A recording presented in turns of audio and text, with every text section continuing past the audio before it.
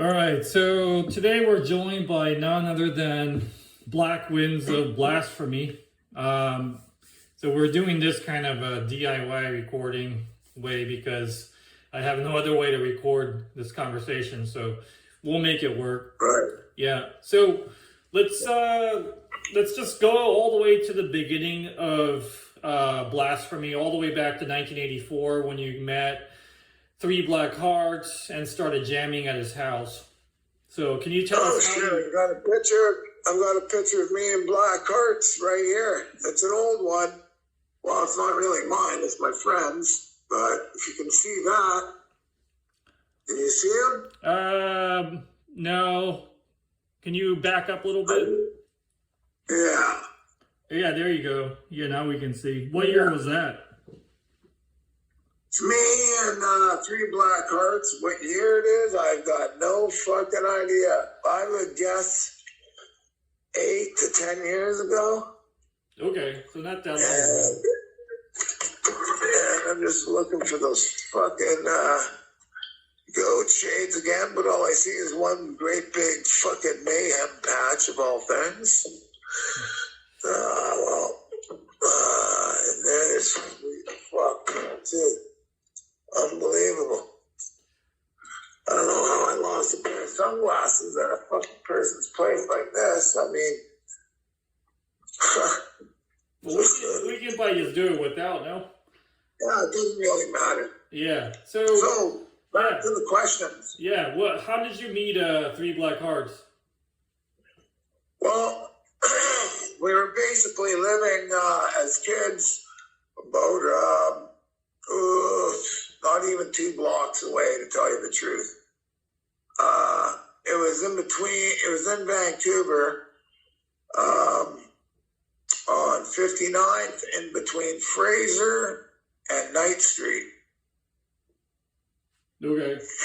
And how old were you back then? This was like 1984, right? Oh, shit. Like, I don't know. I knew him since he was like 6 or 7. Yeah. Yeah, I remember 6 o'clock in the morning. Yeah, we were about 7. We had solid plans to go fishing up at this fucking pond where you could only catch bullheads and shit like that. Yeah, we went up there, and of course we caught nothing. You know, being 6-year-old kids, you know, it's just ridiculous. What? So, like, you were 6 years old in '84, or was that before the band started? I was 16, 16 in 1984. Oh, okay. But you know Three Black Hearts since you guys were both 6 years old? Yeah, I've known Three Black Hearts since I was 6 or 7 years old, yeah. Oh, that's crazy. Yeah. Yeah, a long time. Yeah, so when you were 16, you started to jam with him at his house, right? And you said his parents got you a drum kit. Probably 15. Okay. Oh, let's see. Yeah, actually, that's right. We were taking the bus out there until I got my driver's license when I was 16. Mm-hmm. And then I was driving out there. We only had a couple of practices before we started bringing Jeff out there. But let me back things up just a little bit. Yeah. Before we were practicing at Sean's, there was this guy, Mike we knew, a.k.a. Shaky. And he was playing bass with us for a little while. And then things didn't work out so great with him. I mean, he was a black metal maniac. I mean, between that guy and me, it was us two who bought the most Bonsai Records cassettes. Well, cassettes or LPs. I had both. Yeah. Yeah. So this Mike character, he played in the band with you guys, or was it just you guys hanging out? Well, this is the thing with Mike. You know, try learning a song, get halfway through it. Hey guys, let's go upstairs and smoke another joint or two. And it's like, holy fuck, for real? 10 joints later? Like, fuck, you know, we barely got an hour or two in. Like, he smoked too much weed, dude. I mean, we're not going to get nothing going. I mean, not even in 10 years. So anyway, we dropped that character. I mean, still a cool guy. He still listens to the same shit as us and that. Mm-hmm. He runs a drug rehab center now, and I'm happy for him with that. Yeah. He's still in town? I believe so, unless it's on the Sunshine Coast or in Nanaimo, one or the other. Okay. Yeah, so in 84, you were already listening to Bathory, Sodom, right. all the extreme stuff that was coming out at the time. And when you started Blasphemy, you had this idea of starting a black metal band specifically, right? Very much so, yes. And the guy who's probably going to show up here in about half an hour, maybe, that lives in this place, the guy who tattooed my back last night. He was another one of the guys he's played in many bands too, like Dissension. He's more of a punk rock looking guy, but for some reason he's always been the vocalist in many black metal bands around here. Yeah. Okay. Yeah. But his face is tattooed now, and he's, yeah. Is it Rob? Pardon me? What's his name? I call him Tattoo Sean. Oh, okay. Yeah, so back in 1984, you guys were jamming, just you and Three Black Hearts were just jamming at his parents' house, right? Right. By then we had Jeff. And now how we got a hold of Jeff is I was like talking to probably would have been like people like Roy Jack, Mike Jack, TA, a few other people. And I questioned them like, I've seen Jeff around. I've known Jeff at that point. I probably knew Jeff since I was 13, 14. But I wasn't aware that he was, such a good guitarist, right? And I asked a few people. I seen Roy playing one day. I was like, holy fuck, Roy, you're really good, man. Like, you're playing Merciful Fate. Unfortunately, all that was around for him at the time was Metallica. He was playing some Venom and stuff like that. Mm-hmm. I was like,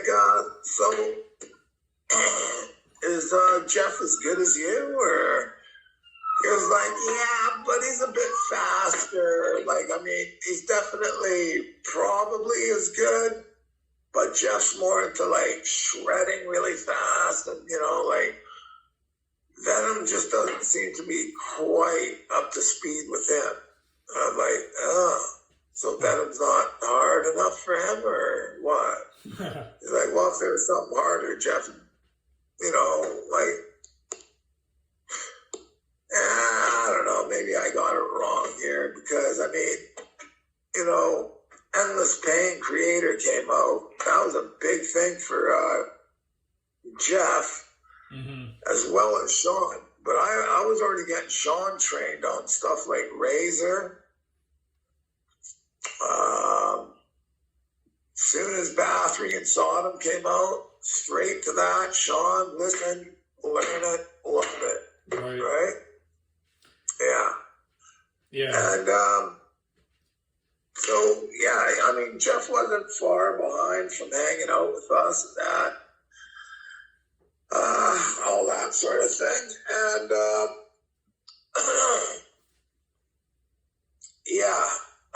I seen him walking down, it was Commercial Drive, it's called. I'm like, oh fuck, there's Jeff. He just happens to be wearing a Venom, Welcome to Hell, it was a Venom black metal shirt. I pull the car over. Hey, Jeff, come here, it's Jerry. Well, he comes over, he's all like, oh, hey, man, what's happening? I'm like, not too much, what's happening with you? He's like, oh, not too much, just coming home from, I don't know what he was doing, painting or something like that. I hear, I know we listen to the same music and that. He's like, what do you mean?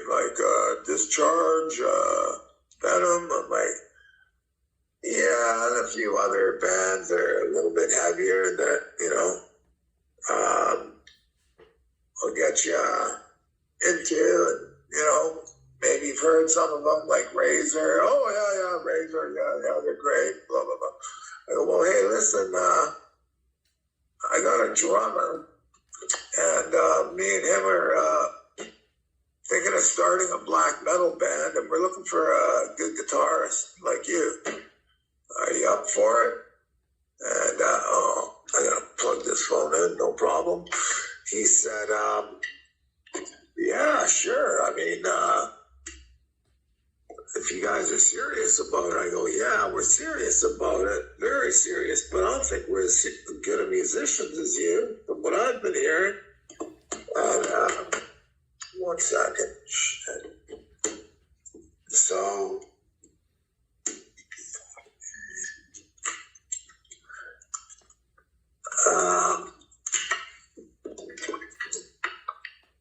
anyway, yeah, we picked up Jeff for practice, and he was like, and then that would have been one of the Mike shaky practices, and he was like, yeah, I'm trying to teach you guys this and that. I know Jerry and Sean, you're really into learning. Mm-hmm. And he's like, yeah, okay, Jerry, I know you seem to know some songs and stuff like that, but I'm not familiar with it. I'm like, oh, this song is called Blasphemer. It's a band called Sodom. It's like, oh, fuck, I've heard of those guys. I just don't have their music. I go, don't worry, we'll fix that. I'll get you a recording or a cassette or whatever. And then very quickly after that, like, oh man, at some point, right around that same time, it couldn't have been much longer because 84 is 84. That's when Sodom came out. That's when Blasphemy came out, right? Right. So, I remember that summer very well because we had no buses running. There was a big bus strike for the full summer. Right. And, yeah, I used to ride my, I had a mountain bicycle, and I rode that fucking thing, places where I had to get, where, it was quite typical to see that around throughout the summer. And it was mostly, there was Odyssey Imports, there was A&B Records, we had Zulu, we had a few different places, but the big place was A&B because they were bringing in all the stuff like Bonsai Records. And sometimes it was, you'd take a gamble, right? I mean, back then you weren't positive which was going to be good, right?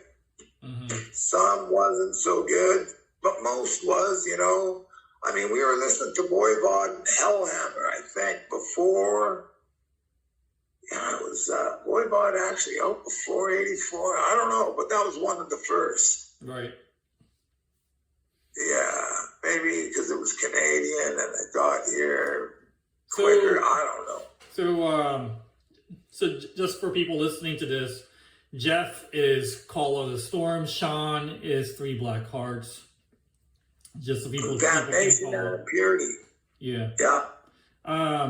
Was the name Blasphemy already chosen for the band before Jeff joined the band? Actually, no. We went through a few different names. We went through Antichrist. That's one I wanted to keep. Mm-hmm. As you know, there's another Vancouver Antichrist. Right. The reason why we had to switch with that is because I found out that there was an Antichrist in the USA. Mm. Somewhere. I'm not sure where. Right. How long they lasted, I've got no idea. So I was like, we've got to switch the name, you guys. by then we were practicing at a friend of ours' garage. And we went through names, such stupid name as Thrash Hammer. That was quickly changed overnight to Aftermath. Mm-hmm. That was changed to Disaster. Jeff was like, why don't we just call it plain old Blasphemy? I was like, plain old Blasphemy? I think Blasphemy doesn't sound too plain. It sounds pretty good. Mm-hmm. He's like, yeah, I mean, we could think of some others. I'm like, no, let's just stick with that. I don't know of any other blasphemies. Yeah. So, that's what we stuck with. Well, it was a perfect name. So that was a good choice by Jeff. Yeah, yes. Yeah. I think Antichrist would have carried us just as far, but, look what happened, right? I don't know, the USA situation. I think Blasphemy was the perfect name, so it was okay that you left Antichrist for the other Vancouver name. Yeah. You're right. So in '84, you guys started jamming. When did you guys start actually get proficient enough to start writing songs? Oh, shit. Well, we would have had our recording out by like 85, 86, I would have thought. It never took us more than like 9 months to get, let's say, a year tops. But I unfortunately had to be incarcerated for about 7 months. And then we got a new guitarist by the name of Black Priest of the Seven Satanic Blood Rituals.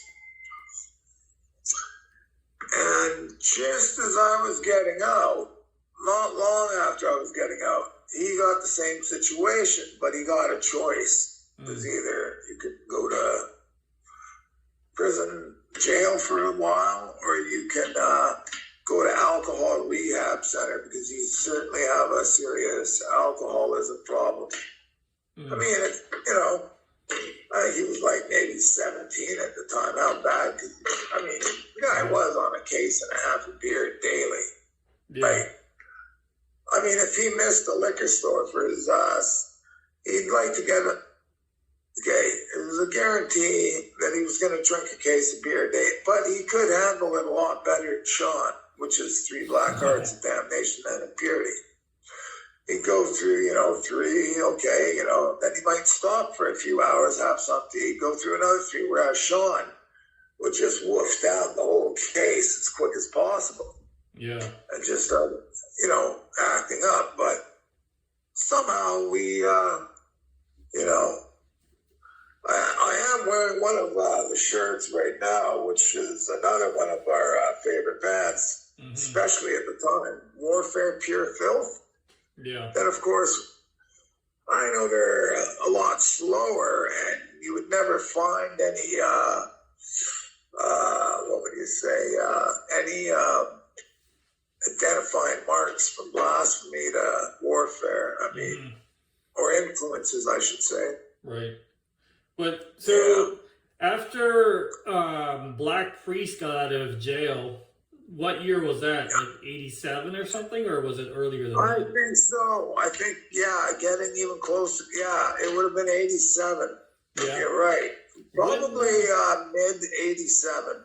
When did you guys start writing songs? Well, you know what? I wish we would have kept a couple of them, but at the time we thought they weren't good enough. Yeah. But they were raw enough. If you like bands like Repulsion and stuff like that. Yeah. And we did have 3 songs that I for the life of me, I can't remember the name of them. It was so long ago, right? Mm-hmm. But you already had songs written in 87?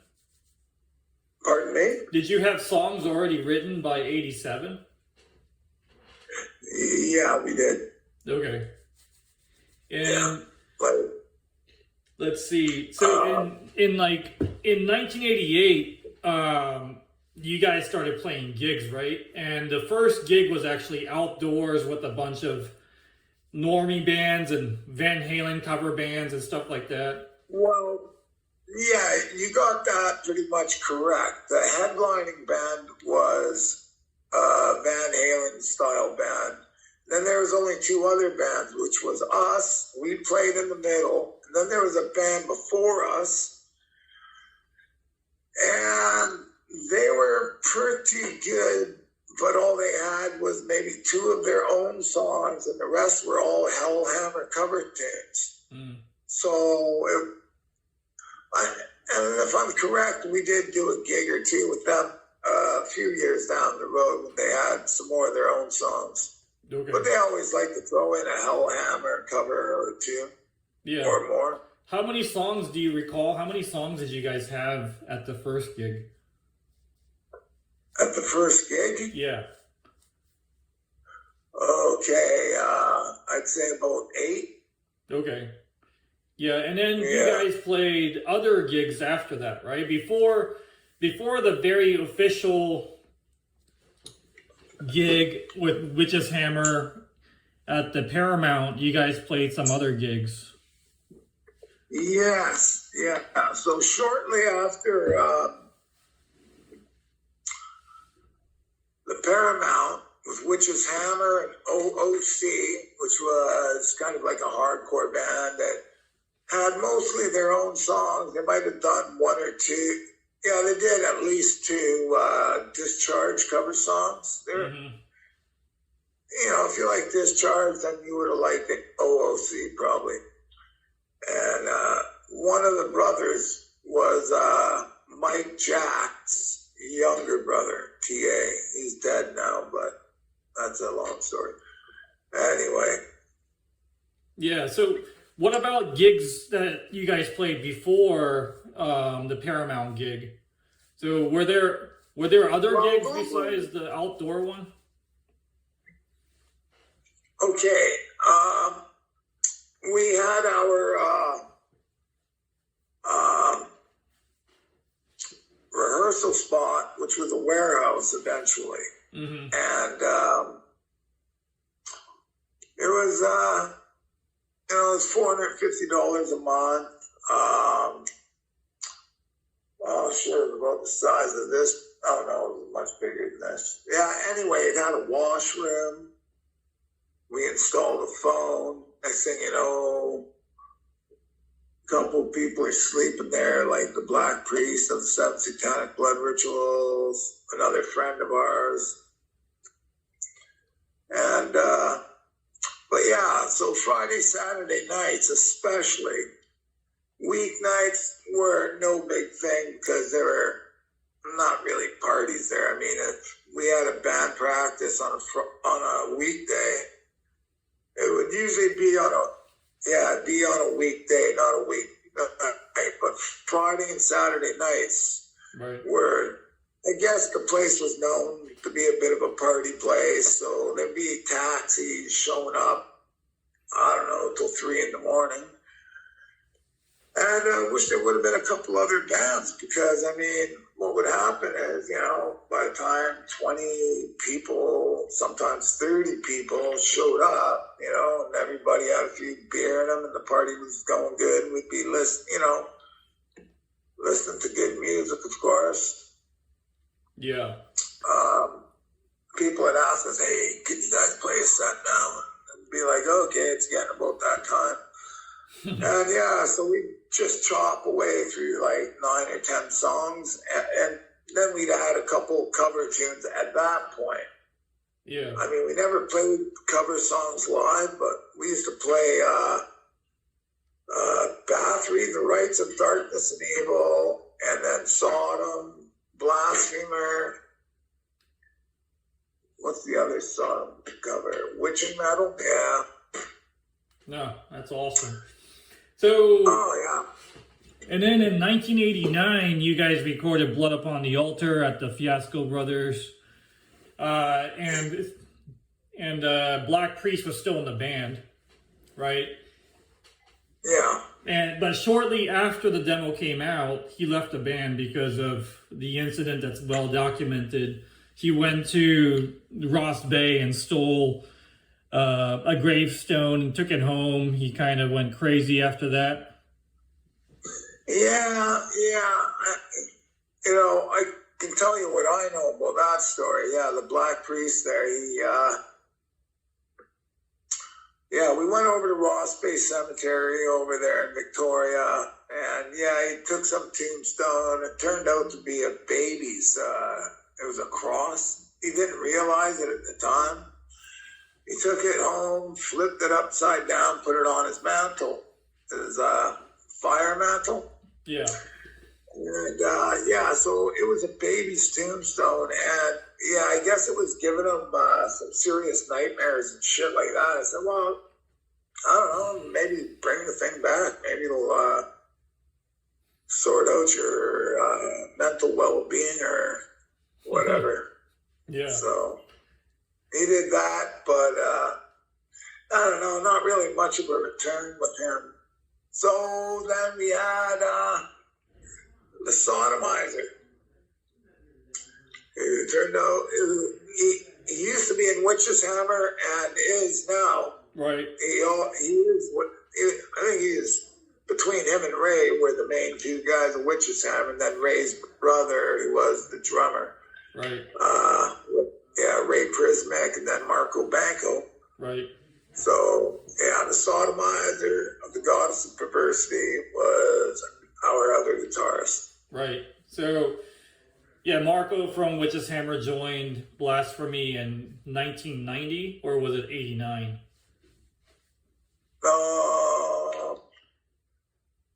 That's a good question. Because, let's see here. But you had known the guys for a long time, right? Witch's Hammer? Yeah, quite some. I knew him before Blasphemy started. Yeah, because we were going, Witch's Hammer had been around a few years before Blasphemy. We used to go to their gigs. Right. For some reason, they always had big gigs. Like, Mark was like 14, and they were doing gigs with like Exciter. Yeah. Maybe Sacrifice, other bands from like back east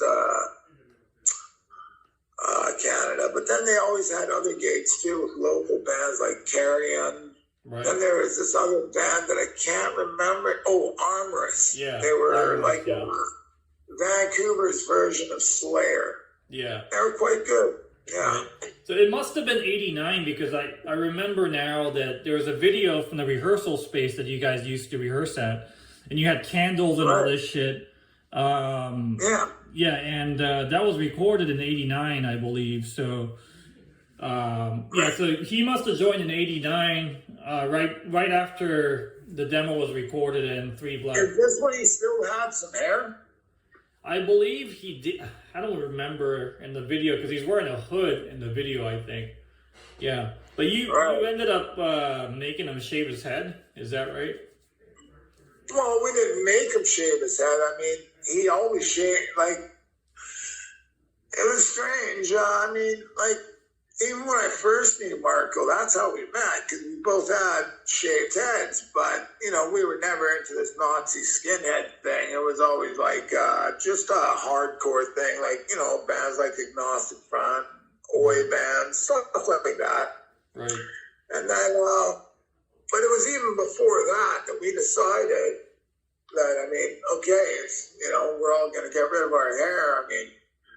We're going to get pegged as Nazi skinheads. And I said, no, we're not. We're black metal skinheads, and that's just the way it's going to roll. Right. People are going to have to learn about it and like it or lump it. I don't know. When did you coin the term? When did you come up with the term black metal skinheads?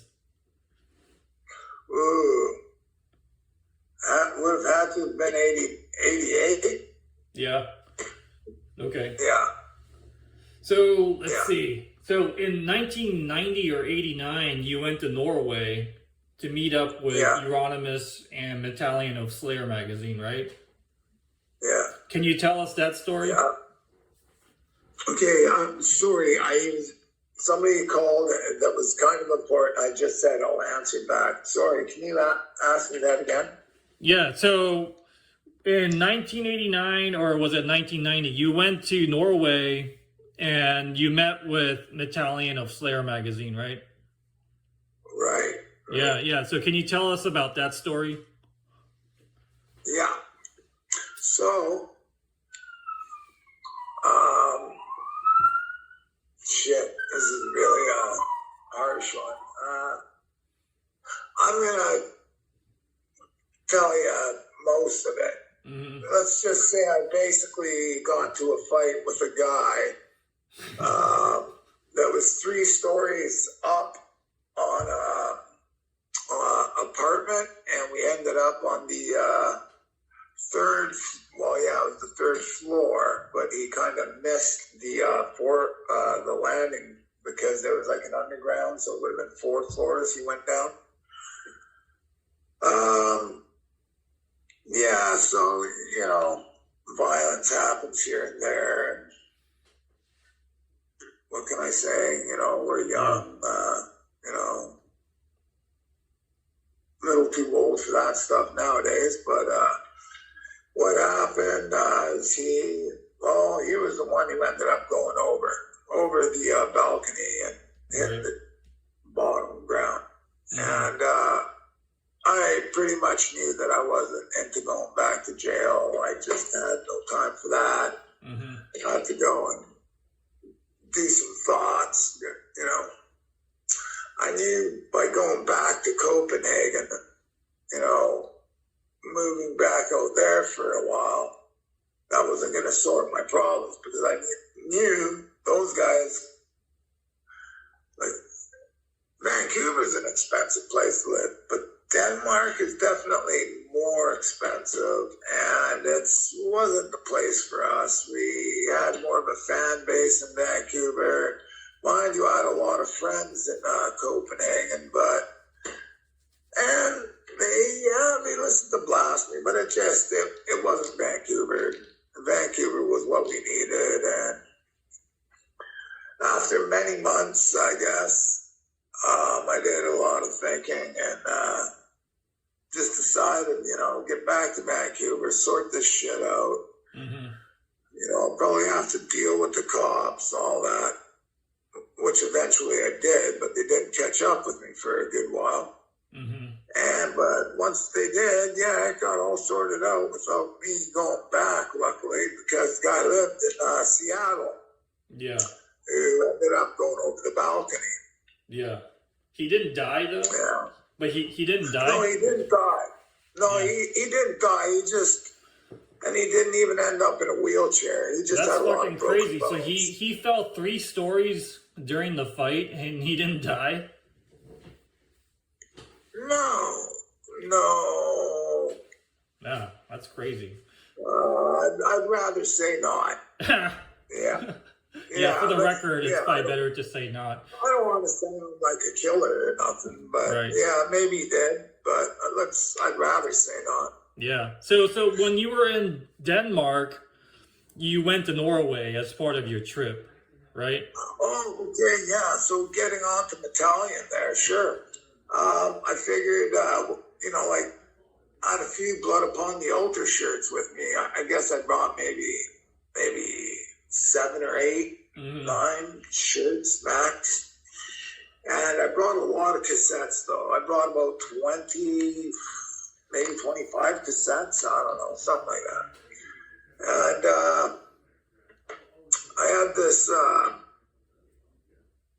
girlfriend in Copenhagen. I was pretty young, so was she. She was about 2 years younger than me, but her dad had given her an apartment for us to live in. So I told her, I'm booking it up to Norway for a little while. I'll see you in a week or 2, however long it takes me, type of thing. And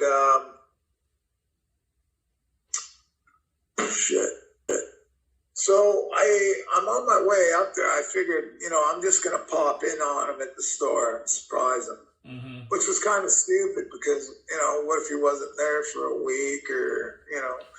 Anyway, I get to this. I'm like, man, this is a fucking longer train trip than I expected. This is taking quite a while. I noticed Sarpsborg. Where the fuck do I know that name from? Then I'm like, that's where Italian lives. Okay, well, they're great friends. I mean, that's who put me in touch with Euronymous in the first place and said, if you ever come out here, let's go see Euronymous and hang out. And I was like, well, yeah, sure, if I ever make it out that way. So I got off the train and I noticed there was like a little hut. It was a small train station at that year. Maybe, I'm sure by now it's a lot bigger. And I called Italian. I said, yeah, it's Black Wind from Blasphemy. And he's like, oh, yeah, hey, how you doing, man? Blah, blah, blah. Like, yeah, well, I'm at your train station here in Sarpsborg. You go, what? I'm like, yeah, man. I was heading up to Euronymous' shop. And I just happened to notice as I was on the train that I was in your city. And I thought, well, I may as well get off and give you a call. He goes, okay, don't go anywhere. I'm going to be there in 20 minutes to grab you, okay? Just don't go anywhere. So, yeah, 35, 40 minutes later, he shows up, great. He's like, yeah, hey, we'll go get something to eat. I'll take you to this good restaurant. But we went and had something to eat, grabbed a couple of beers and that. I was like, yeah, I noticed he didn't bring a pack sack or, I figured you would have brought some stuff to go up to Euronymous, to Oslo with. And he's like, well, yeah, I was thinking we'd go tomorrow morning. I was like, okay, fair enough. It was a long enough trip on the way up here. And he said, anyway, eventually we make it back to his place with a case or two of beer. Next thing you know, we had a few friends showing up. There was, a couple guys from like fanzines and stuff like that. And some guy from, if I remember correctly, a radio station. I don't know, something like that. But yeah, they just came over,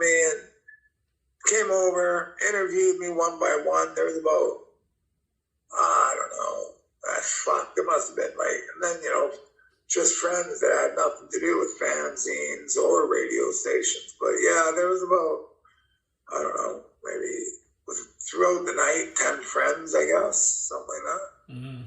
8 or 9. And as I recall, he lived with his mom. It was a pretty big house. I only seen her once. I mean, he lived, I think it was upstairs. And he just had boxes and boxes of just, really, underground music and stuff. And he says, hey, have you ever heard of this band? He passes me some mail, Medieval Prophecies. I was like, no. I'm looking at it. I'm like, looks pretty good, though. He's like, here, let's throw it on. I'm like, do so.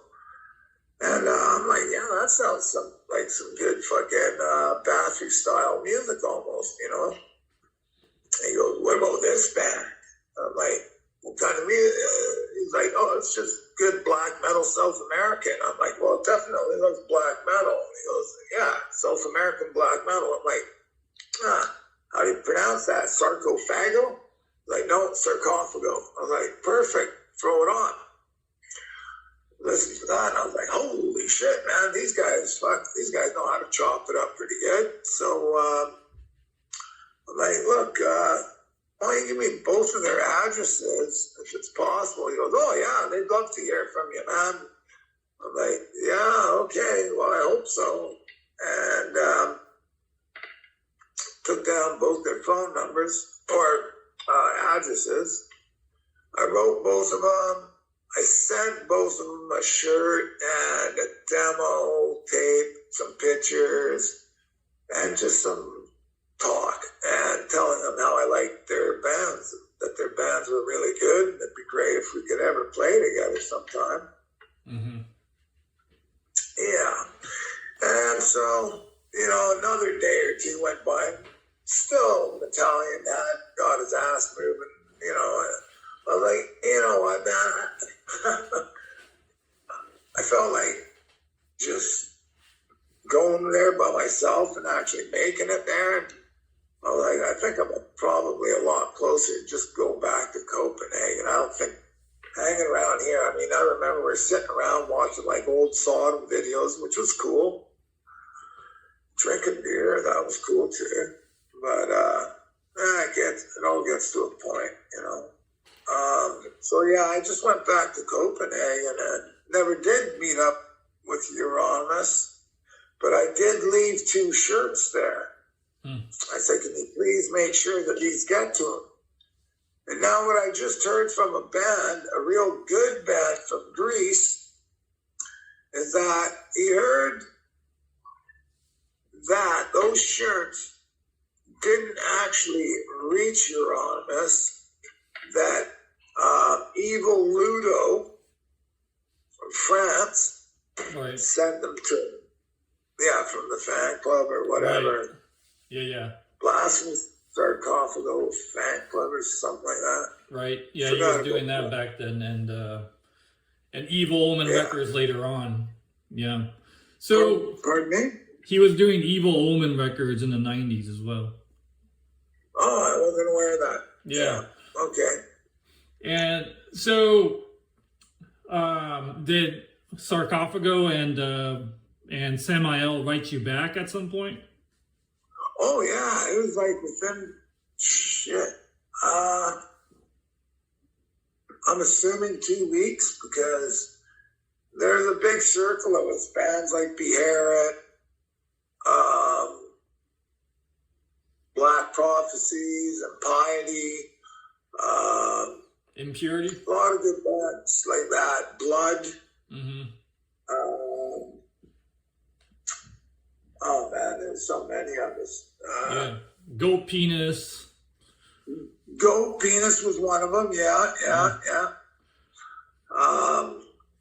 And so there's basically a big circle of us that just kept in touch by pen and paper. Right. Nobody had phones or computers back then, right? So at some point, Wagner Antichrist sent you a copy of Inri or something, right? Or was it Rotting? Did you say Antichrist? Yeah, I mean, Wagner Antichrist from Sarcophago sent you the Rotting record, I think. Oh, Wagner. Yeah. Oh, yeah. So, yeah, we traded a couple more shirts. He asked if is it possible that we could trade a couple more shirts. I said, most definitely, yeah. Yeah. Yeah. And, yeah, we just kept in touch, like, on not a weekly basis, but, like, every 3 weeks. He probably got a piece of mail from me. I'd get a piece of mail from him. And just kept going back and forth. You know, we're in touch with Rotting Christ, of course, and there's a lot of other bands I just can't name off the top of my head right now. Mm-hmm. Yeah. So, I mean, anyway, I think we wrote Deicide. They never wrote us back, but that was no big deal because there was only a couple songs of theirs I really liked anyway, like Dead by Dawn or something like that. Yeah. So, and they just, So, around 89, 90, you guys were also playing a lot of gigs with Procreation, Jay Snyder's band. Oh, most definitely. Yeah. Most definitely. Procreation. Yeah. Jay, who just died, rest in peace, was pretty much became one of my best friends, if not my best friend. Yeah. And you ended up finding his body. I did. Unfortunately, I had to be the fucking guy who had to go, because everybody knew if Jay doesn't answer his phone within a couple hours, something's up, something's wrong. Yeah. He always had his phone. If not in his pocket, it was most likely in his hand. Yeah. And I tried getting a friend of mine because it sounded like he was at a SkyTrain or something. I was like, you know, you sound a lot closer to his place than mine. You get on any SkyTrain and get over to his place, you could be there in, I don't know, an hour maximum. That's if you're at the furthest part. Right. Like, oh, fuck, I don't want to go there alone. I'm like, well, why not?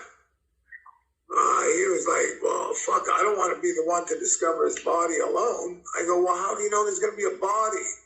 For sure. I mean, yeah, I got a bad feeling too, you know, but we don't know this yet.